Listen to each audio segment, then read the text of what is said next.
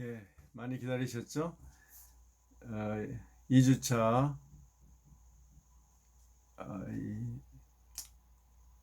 개혁주의 문화관 수업을 3교시 시작하겠습니다. 3교시는 이제 2장 칼빈주의와 종교, 또 4장 칼빈주의와 학문 이 두 챕터를 보면서 그가 어떻게 일반 은총과 특별 은총의 영역을 설명하고 있는지를 보려고 합니다. 먼저 2강 칼빈주의와 종교에서 카이퍼는 이제 종교를 이제 두 가지 측면에서 보죠. 하나는 보편적 성격. 이것이 이제 일반 은총의 결과고요. 또 특별 은총의 결과는 이제 칼빈주의가 보는 종교 해서 칼빈주의적인 종교를 말하는 거죠. 일반 은총의 영역을 보면 첫째, 하나님은 전체 피조물의 종교적 표현을 새겨 두셨다. 이것은 이제 시편 8편을 인용하면서 모든 피조물이 하나님을 앙망하고 하나님께 영광을 돌린다라는 것을 근거로 해서 모든 피조물에 하나님과 관련된 영광이 들어있다는 거죠. 이것을 로마서 1장 19절에도 나오죠. 즉 모든 피조물은 종교성을 가지고 있다라고 보는 겁니다. 칼빈이 말한 대로 하나님은 사람들의 마음에 종교의 씨앗, 세멘 렐리기오니스 또는 신적인 것에 대한 감각, 센수스 디비니타티스를 심어 놓으셨다. 하나님은 이 감각이 사람들의 영혼에서 울리게 하신다. 그래서 모든 인간은 찬탄과 경배의 감정을 갖는다. 이 피조물 중에서 이제 특별히 인간이 이러한 종교를 만들죠. 그런데 그 종교를 만드는 그 근거는 바로 하나님에게서 왔다는 거죠. 이 초자연적인 세계, 초월적인 세계에 대한 찬탄과 경배의 감정을 인간들은 원래적으로 갖고 있다는 거죠. 그것이 이제 하나님이 창조하셨다는 증거라는 거죠. 그들이 이제 하나님을 바로 정확히 알 수는 없어도 신에 대한 감각은 있다는 거죠. 두 번째로 하나님은 인간에게 종교적 성향을 주셔서 하나님 자신이 우리 마음 깊은 곳에서 움직이는 깊은 종교감을 형성하고 표현할 수 있는 능력을 우리에게 남기신다. 63쪽인데 이것도 같은 말이죠. 기본적으로 인간에게 종교적 성향을 주시고 또 종교감을 주셨다는 거죠. 그래서 종교를 만들어내고 또 종교적 표현을 할 수 있는 능력을 허락하셨다는 거죠. 세 번째, 모든 종교는 사람들을 자유롭게 만들려는 경향을 가지고 있다. 여기서 이제 종교는 인간을 어떤 이 현실의 속박에서 벗어나게 하고 그 자유로운 세계, 예를 들면 우리 죽음의 속박에서 벗어나서 영원한 세계를 향하게 만들죠. 그러나 여기서 카이퍼가 이제 반대하는 것은 사제나 마법사들이 오히려 인간의 정신을 제도를 만들어서 얽매고 있다. 이렇게 이제 보는 거죠. 그래서 인간의 각 개인의 마음속에 심겨진 그 종교심은 그들이 이제 부자유스러운 상황 속에서 자유를 추구하게 만든다라는 거죠. 그래서 종교의 긍정적인 기능을 말하고 있습니다. 이러한 그 경향에 의해서 사람들은 미지의 무한자를 향한 무의식적 감정을 갖는다. 이것이 이제 카이퍼의 표현인데요. 알지 못하는 무한자를 향한 무의식적 감정을 갖는다. 사도행전 15장이죠. 거기도 이제 아테네 사람들이 알지 못하는 신을 향해서 이제 그 상을 만들어놨죠. 그런 거와 이제 같은 거죠. 우리나라도 어떤 귀신의 세계, 영의 세계에 대해서 무조건적인 그런 감정, 또 두려운 감정, 또 그 도움을 받고자 하는 그런 감정이 우리 샤머니즘 속에 있죠. 이런 모든 것을 포함하는 겁니다. 네 번째, 종교는 모든 것을 포괄하는 보편성을 갖는다. 그러니까 인간의 삶의 전체와 관련한다는 거죠, 종교가. 하나님은 창조할 때 변할 수 없는 존재, 법칙, 즉 종교를 만물에게 주셨기 때문에 따라서 종교는 인류 전체와 관계 있다. 즉 인간 모두가 다 종교심을 가지고 있고 종교와 관계할 수 있다는 거죠. 실제로 그 전통 사회에서는 20세기 이전 또는 19세기 이전의 전통 사회에서는 거의 대부분이 사람들이 종교를 가지고 있었죠. 그래서 종교는 일반 은혜, 그라치아 코무니스, 커먼 그레이스의 라틴어죠. 의 산물이라고 보는 거죠. 다섯 번째, 존재하는 모든 것은 하나님을 위해 존재한다. 이것은 이제 우리의 그 신앙적 관점인데, 그러니까 신이 인간을 위해 존재하는 게 아니라 이 피조물인 인간이 신을 위해, 하나님을 위해 존재한다는 게 기본 원리죠. 창조의 원리죠. 따라서 모든 피조물은 하나님께 영광을 돌리는 것이 마땅하다. 인 거죠. 그래서 그 영광을 돌리는 방식이 종교라는 겁니다. 여섯 번째, 그러나 이 종교들은 주관적 특성을 극복하지 못하고 언제나 인간을 위한 종교로 남는다. 여기서 주관적이라는 것은 인간적인 이런 뜻이죠. 인간이 생각하는, 인간이 만들어내는 그런 종교에 머무르고 그것이 하나님을 향하긴 하지만 하나님으로부터 계시된, 하나님으로부터 오는 것을 그대로 받아들인 그런 종교는 못 된다는 거죠. 그래서 이제 하나님으로부터 오는 종교, 즉 계시 종교는 두 번째로 칼빈주의가 보는 종교관인데 그것이 이제 특별은총의 영역이죠. 첫째, 종교는 하나님을 위한 것이어야 한다. 이것이 이제 하나님의 주권 사상을 말하고요. 둘째, 종교는 인간, 즉 교회나 사제의 중재에 의해 작용해서는 안 되며 각 개인의 마음에 직접적으로 작용해야 한다. 이것을 이제 선택교리와 카이퍼는 연결했는데 바로 이게 종교개혁의 원리죠. 우리가 마음으로 믿어서 의에 이르고 입으로 시인해서 구원에 이르는 이 성경적 원리가 각 개인에게서 일어난다는 거죠. 어떤 교회, 물론 우리가 이러한 구원받은 개인들의 공동체가 교회지만 그래서 실제로는 교회를 통해서 이러한 그 회심과 중생이 일어나지만 그러나 그 하나님과의 관계에서 볼 때는 모두 다 1대1이다라는 거죠. 교회가 없는 곳에서도 복음을 듣는 사람이 마음에 받아들이면 그 사람은 하나님의 자녀가 되고 이러한 그 계시 종교의 믿음을 갖게 되는 거죠. 그 점을 강조합니다. 인간의 내면적 신앙에 의해서 이 종교는 이루어져야 한다는 거죠. 세 번째, 종교는 삶의 일부분으로 남아서는 안 되며 인간 실존 전체를 장악해야 한다. 이제 이게 인간의 어떤 이제 여기 전체성, 총 실존의 전체성 또는 보편성이라고 제가 표현했는데 이제 아까 말하는 그 모든 인간에게 해당한다는 보편성하고 이제 혼동될 수 있으니까 좀 다른 말로 해야 될 것 같네요. 실존의 전체성, 삶의 일부가 아니라 통전성 이런 걸 말하는 거죠. 종교가 그러니까 우리가 어떤 문제 해결할 때 예를 들어 정치인들이 선거를 앞두고 무속인을 찾잖아요.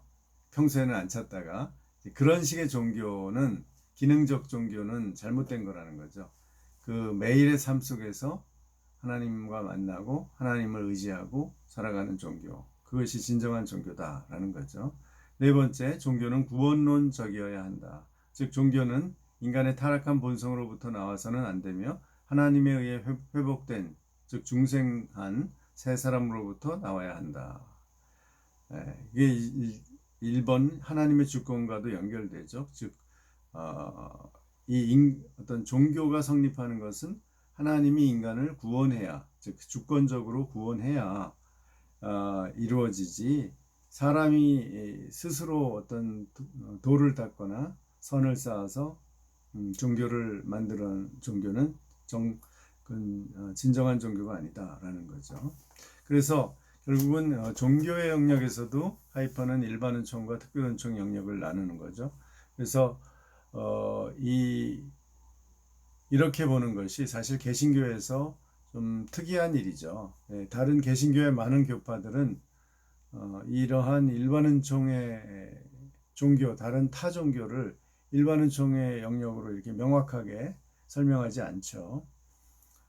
그냥 타락의 산물로 보는 경우가 많죠. 타 종교들을. 그러나 이 칼빈주의, 이 개혁신학은 일반은총을 통해서 종교도 기본적으로 하나님이 주시는 능력으로 보는데, 카이퍼가 특별히 이걸 더 강조하죠. 이제 일반은총론으로 체계화하면서. 자, 그러면 이제 4강 칼빈주의 학문을 보겠습니다. 여기도 이제 구조적으로 종교와 같은 구조를 갖습니다. 학문의 보편성과 학문의 이제 대립성, 이 두 가지를 측면을 카이퍼가 주장하는데요. 우선 보편성을 보면 이 학문의 보편성도 일반은총의 산물이죠. 첫째, 하나님의 최고 의지에는 존재하는 모든 사물을 일정한 규례, 즉 원리적 프린시플에 종속시키고 그것을 이미 수립되어 있는 계획으로 향하게 하는 원인이 있다. 이런 것을 이제 아리스토텔레스의 목적인이라고 하죠. 이 우주는 목적을 향해 가고 있다. 그 원리가 이미 창조 때부터 주어져 있다. 이렇게 보는 거죠. 따라서 창조 전체의 역사는 하나님의 유기적 프로그램을 형성한다. 이제 카이퍼가 이 유기적, 오르게닉이란 말을 굉장히 잘 쓰는데, 바빙크도 그렇게 쓰고요. 이게 이제 그 당시에 19세기 말에 이제 그 신학에서, 개혁 신학에서 받아들인 유기체론인데요. 이것도 하나 논의해볼 하나의 이슈가 되는, 주제가 되는 거죠. 그러니까 과연 우리 이 창조의 원리를 유기체로 설명을 하는 것이 타당한가, 적절한가, 여러 가지로 할 수 있거든요. 설명은 과학사를 보면은 생기론, 기계론, 유기체론, 이렇게 해서 여러 가지로 지금 설명이 되고 있는데요. 이것도 하나의 설명 방식인데 그 장단점이 있는 거죠. 여기서 유기체 개념을 더 자세히 들어가지 못하겠고요. 하여간 카이퍼는 이 유기적이다, 이런 것은 이제 생물학 개념을 많이 넣은 거죠. 기계론적인 개념보다는 우주를 유기체적으로 본다. 두 번째, 따라서 우주는 유기적으로 상호 연결되어 있으며 모든 사물은 통일성과 안정성과 질서를 가지고 있다. 그러니까 유기체라는 건 살아서 이렇게 움직이는 거잖아요. 기계 장치가 아니라 그렇게 연결되어 있다. 그러면서도 질서와 통일성과 이런 조화를 가지고 있다는 거죠. 굉장히 강한 이제 그리스 철학으로 말하면 플라톤주의에 가까운 거죠. 피타고라스나 플라톤, 이런 파르메니데스, 이러한 정적 원리를 강조하는 형이상학이 들어있는 거죠. 그런데 이것은 이제 창조의 원리를 보는 거죠. 그런데 이것이 지금 오늘날에도 과학 연구에서 기본 신념으로 작용하죠. 우주의 제일성에서 우주가 규칙적으로 되어 있다는 걸 전제하지 않으면 도대체 과학을 할 수가 없죠. 과학 연구도 할 수 없고 과학적 설명 자체가 불가능하죠. 이제 이렇게 휴메 회의주의처럼 모든 법칙이 없다고 보면 그냥 다 심리적인 어떤 연결관계에 불과하니까 이게 법칙이란 말을 쓸 수가 없는 거죠. 다 심리적인 어떤 우리의 어떤 판단에 불과하니까. 그러나 대부분의 과학자들은 이 법칙성을 인정하죠. 자연의. 이것과 지금 같은, 이것을 이제 창조론적으로 보는 겁니다. 자연의 법칙성을 창조의 결과로 보는 거죠. 또 창조와 섭리의 결과로 보는 거죠. 세 번째, 우주의 통일성과 안정성과 질서를 탐구하는 활동이 학문이다. 바로 이 우주의 질서를 이 창조와 섭리의 어떤 원리, 질서 원리를 탐구하는 것이 학문이다. 여기서 자연과학뿐만이 아니라 인문사회과학을 다 포함하는 아주 폭넓은 학문 개념이죠. 네 번째, 이러한 학문을 가능하게 하는 은혜가 하나님의 긍휼에 의한 일반 은총이다. 학문도, 일반적인 학문도 하나님의 긍휼, 인간을 긍휼히 여기시는 일반 은총의 산물이다. 는 거고요. 다섯 번째, 일반 은총을 조금 더 이제 신학적으로 설명하는데요. 일반 은총이란 하나님이 죄로 타락한 피조물이 완전히 전멸하지 않도록 부분적으로는 죄의 세력을 부수시고 부분적으로는 사람의 악한 영을 길들임으로써 죄의 활동을 억제하시는 은혜를 의미한다. 이렇게 여기서 비교적 자세히 설명하고 있습니다.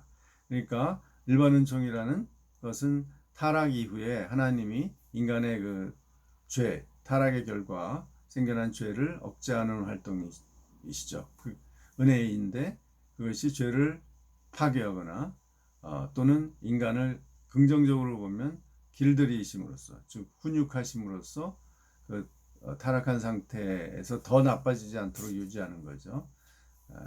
그래서 일정한 선을 행하도록 하는 거죠.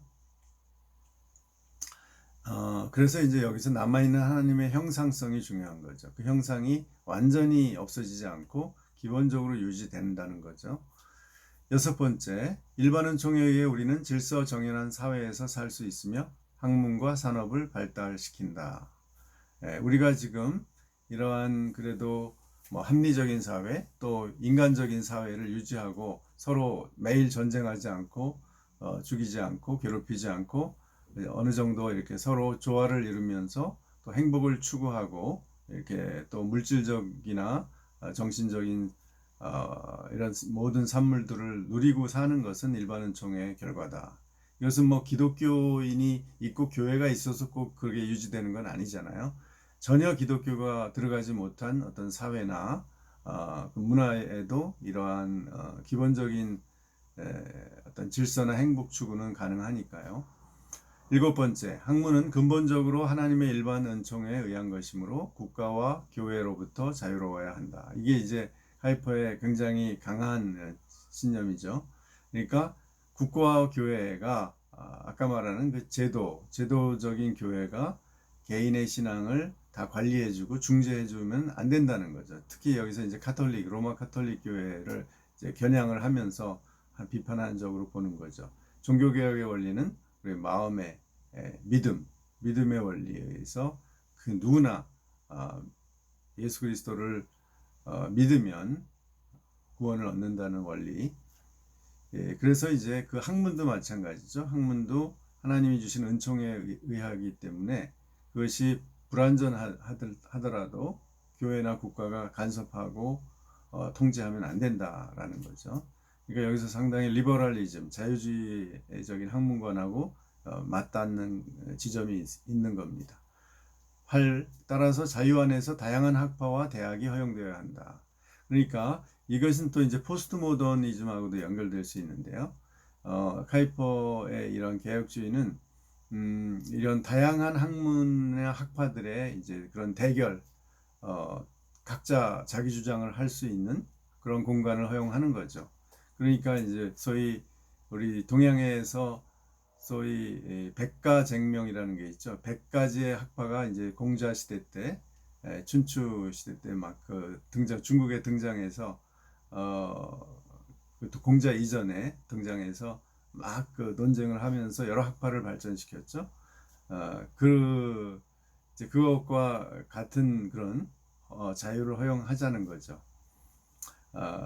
여기까지가 이제 그의 일반 은총론에 근거한 학문의 보편성을 인정하는 입장이죠. 그러나 여기에서 그치지 않아요. 이제 학문의 대립성도 주장합니다. 이것이 이제 오늘날 기독교 학문의 근거를 이루는 거죠. 첫째, 신앙과 학문 사이에 갈등이 있는 것이 아니라, 즉 흔히 우리는 우리 신앙은 이성적인 학문과 갈등이 있다 이렇게 흔히 생각하잖아요. 또 실제로 그런 면이 있죠. 우리 신앙에 이제 비합리적인 측면들이 있으니까. 그리고 안 믿는 사람들은 그렇게 많이 생각하죠. 그러나 이제 카이퍼는 그 초점을 좀 바꿔서 학문 사이의 갈등과 대립이 있는 거다. 그러니까 신앙에는 학문을 수용할 수 있는 여지가 굉장히 많다는 거죠.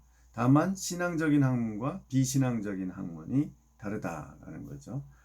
두 번째, 이 오늘날 존재하는 우주가 정상이라고 보는 정상론자, 노멀리스트와 비정상이라고 보는 아브노멀리스트, 비정상론자의 대립이 있다.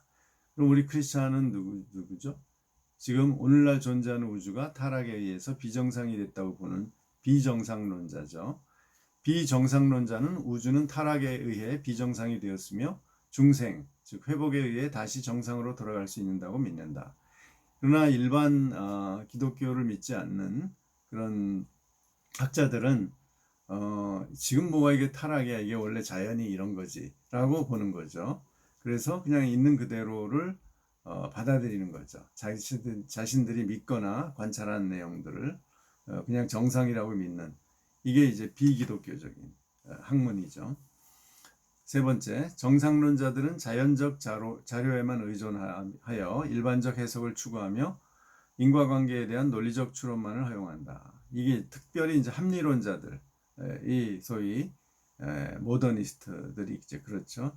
자연 경험에 근거한 자연적 자료를 인정하고요. 팩트, 소위 팩츠를 인정하고, 그다음에 그것을 어떤 법칙을 추구해요. 거기서 해석을 통해서 또는 인과관계적인 설명을 통해서 어떤 일반화된 이론 또는 법칙을 만들려고 하는 거죠.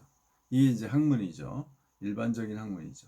그들은 창조 개념을 부정하며 진화를 인정한다. 이 진화론이 아주 19세기 말에 굉장한 이슈였기 때문에 여기서도 이제 굉장히 강하게 카이퍼가 언급을 합니다. 대부분이 지금 진화론을 인정을 하죠. 비기독교적인 그 학자들은. 자, 비정상론자는 창조와 타락을 인정하며, 즉 기독교 우리 개혁주의적인 학문과는 창조와 타락을 인정하며 인간을 독립된 종으로 보기 때문에 인간이 다른 종으로 변한다는 진화론을 반대한다. 즉 카이퍼가 가장 바빙크도 그렇고요. 이 진화론을 결정적으로 비판하고 부정하는, 반대하는 이유는 인간론에 있어요. 인간은 성경에 의하면 하나의 종으로 창조되었고 그게 변하지 않거든요. 성경에 어디를 봐도 어떤 인간 종이 진화에 의해서 앞으로 다른 종으로 변화한다는 그런 생각이나 개념은 없거든요. 그렇기 때문에 이제 진화론을 결정적으로 반대하는 겁니다. 과학 자체를 반대하는 건 분명히 아니에요. 그러니까 일반은총처럼 진화론도 하나의 일반은총의 산물이거든요. 그건 인정해요. 그러나 그 진화론의 결론이 인간도 하나님 창조하신 이 인간, 하나님의 형상을 가진 인간도 다른 종으로 계속 변화할 수 있다는 이 가능성을 긍정하기 때문에 진화론을 반대하는 겁니다. 또 하나가 이제 기적의 문제입니다. 이 비정상론자는 비정상 상태를 회복하는 원래의 정상 상태, 즉 창조를 회복하는 완성의 상태로 갈 때 기적, 그 수단으로 기적을 인정하는 겁니다. 즉 정상론자, 그러니까 이 비정상론자, 즉 개혁주의적인 학문관을 가진 사람은 창조와 타락을 인정하고 진화를 반대하고 기적을 인정한다. 과학을 하더라도 그런 믿음을 가지고 해야 된다는 거죠. 그런 전제를 가지고.